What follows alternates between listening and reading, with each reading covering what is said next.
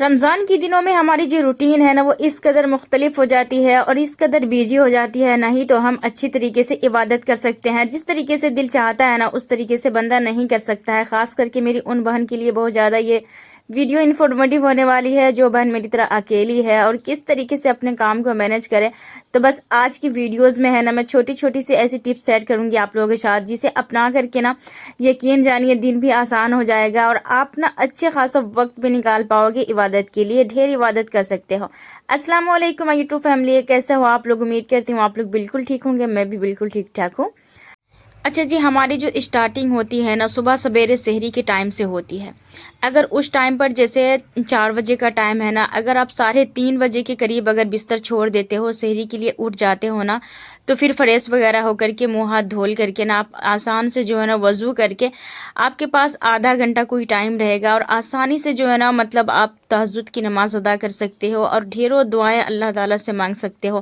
क्योंकि उस वक्त का जो वक्त होता है ना इतना कोई बेहतरीन होता है ना, अल्लाह ताला से जो भी दुआएं मांगोगे ना वो सारी दुआएं कबूल होती है। आप घर के लिए, अपने परिवार के लिए, अपने पड़ोसी के लिए, अपने रिश्तेदार के लिए, जो है ना आपके अपने प्यारे जो दुनिया से चले गए हैं उन सब के लिए, मतलब जिस चीज़ के लिए अगर आप मांगोगे ना वो बहुत आसान दुआएं हमारी ना कबूल हो जाती है। अच्छा, दूसरा काम सबसे पहले ये करके रखना है, क्योंकि हर एक घर में ना हर एक की पसंद सहरी खाने के लिए अलग होती है। कोई बंदा चटपटा सा पसंद करता है, या फिर कोई बंदा जो है ना कोई चाय बिस्किट खा के रह जाता है, या फिर कोई दूध बिस्किट खा के रह जाता है, या फिर किसी को ना बड़े ज़्यादा ना शौकीन होते हैं सवैया खाने के। तो सहरी के टाइम का ना बहुत अलग मुख्तलिफ रहता है, हर एक के घर का ना रूटीन हर एक जैसा रहता है। तो आप अपने घर की चॉइस के हिसाब से जो है ना आप आधा से ज़्यादा काम जो है ना ऐसा कि नमाज पढ़ के, तरावी पढ़ के, जब आप खाना खा करके सोने के लिए जाते हो ना उस टाइम पर करके रख लो। जैसे आटा गूंदना हो गया ये करके रख लो, या फिर सबैया जो है ना उसको भून करके उबालना रहता है वो फिर करके रख लो। मतलब बहुत सारी ऐसी चीज़ें हैं ना वो सब करके रख लीजिए। आधा से ज़्यादा काम अगर आप उस टाइम पर करके रख लेते हैं ना तो फिर जो है ना सहरी में तो आप उठे लेट से भी थोड़ा सा अगर हो जाता है ना नमाज वगैरह पढ़ने में, फिर भी आपकी सहरी जो है ना जल्दी से बन जाएगी और सुकून से आप लोग खा लोगे। उसके बाद यहाँ पर जो है ना फजर की नमाज़ पढ़ के और जो है ना मतलब आप अगर कोई दुआएं पढ़ते हैं अलग से, जैसे यासीन हो गया, सूरह रहमान हो गया, जैसे मतलब बहुत सारी ऐसी चीज़ें होती है ना जो फजर के टाइम पे पढ़ने से आपको पूरी दिन एकदम सुकून सा फील होगा, तो वो सब पढ़ ले। अगर ये सब चीज़ नहीं पढ़ते हैं ना तो 1 रुकू या 2 रुकू के करीब जो है ना कुरान शरीफ भी पढ़ के उसके बाद थोड़ा सा जो है ना आप रेस्ट कर सकते हो।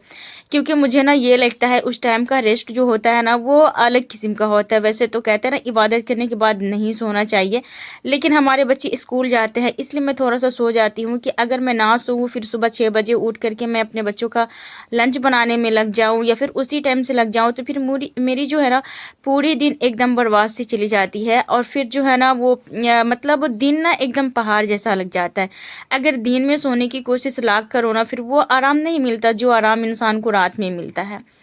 तो कोशिश यही करना है, थोड़ा 1 आध घंटा आराम कर लेना है। मैं भी जो है ना सो जाती हूँ, फिर 7 साढ़े 7 बजे के करीब उठती हूँ, क्योंकि मेरे बच्चे का स्कूल जो है ना वो 8:20 से स्टार्ट हो जाता है, मतलब गाड़ी आ जाता है वो चली जाती है।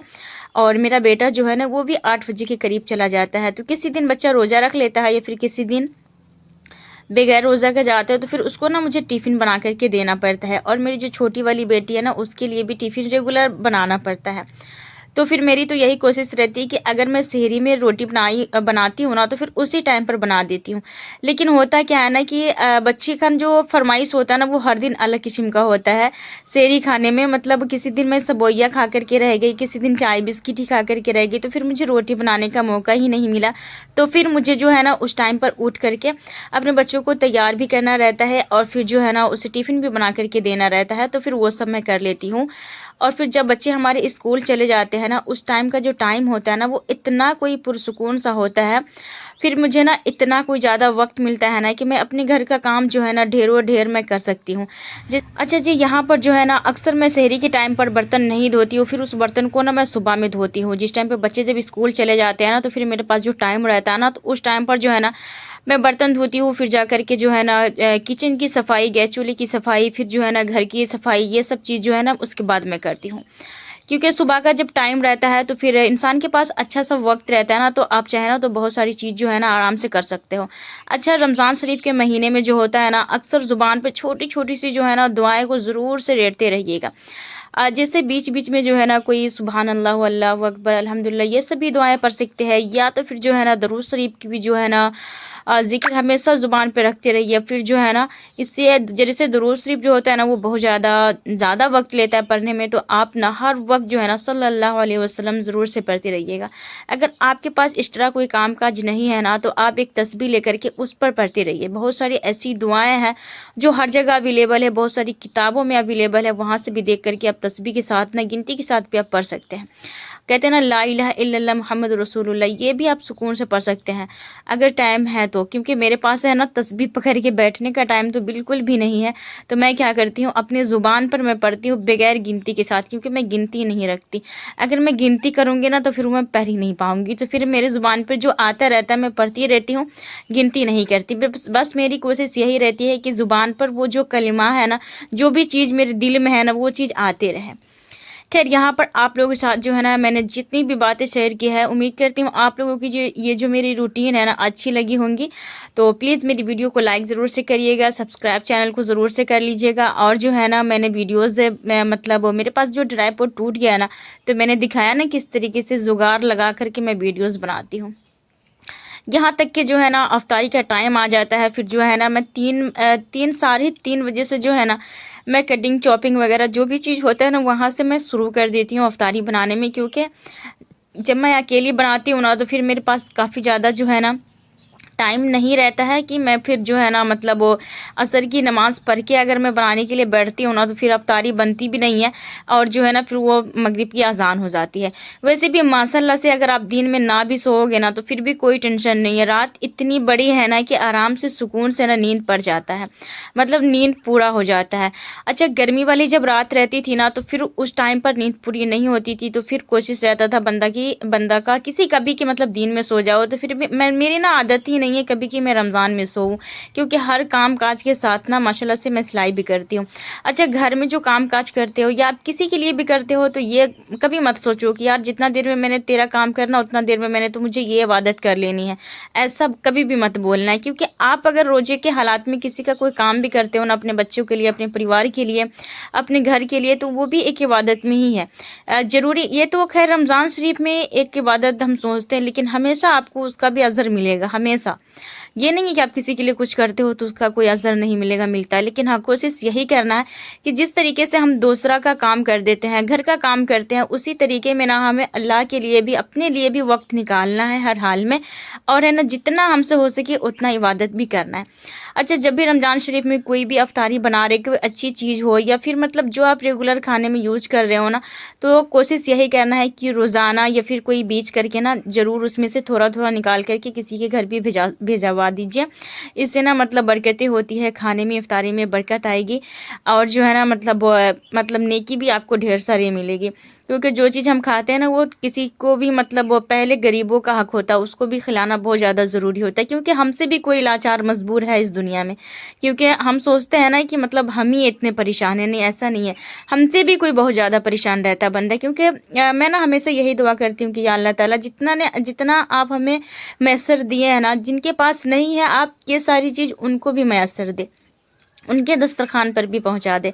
बस मेरी यही दुआ रहती। कभी भी दुआएं मांगने से पहले ना दूसरों के लिए ज़रूर से मांगा कीजिएगा, जिनके पास जो चीज़ नहीं है उनके लिए भी मांगी। क्योंकि जिस तरीके से आपको परेशानी हो रही है, जो चीज़ नहीं है आपके पास, उन चीज़ की जो है ना आपको दिल के अंदर ख्याल आती है, आपको परेशानी होती है कि यार मेरे पास वो चीज़ रहता, अल्लाह से आप मांगते रहते कि अल्लाह मुझे वो चीज़ अता करे।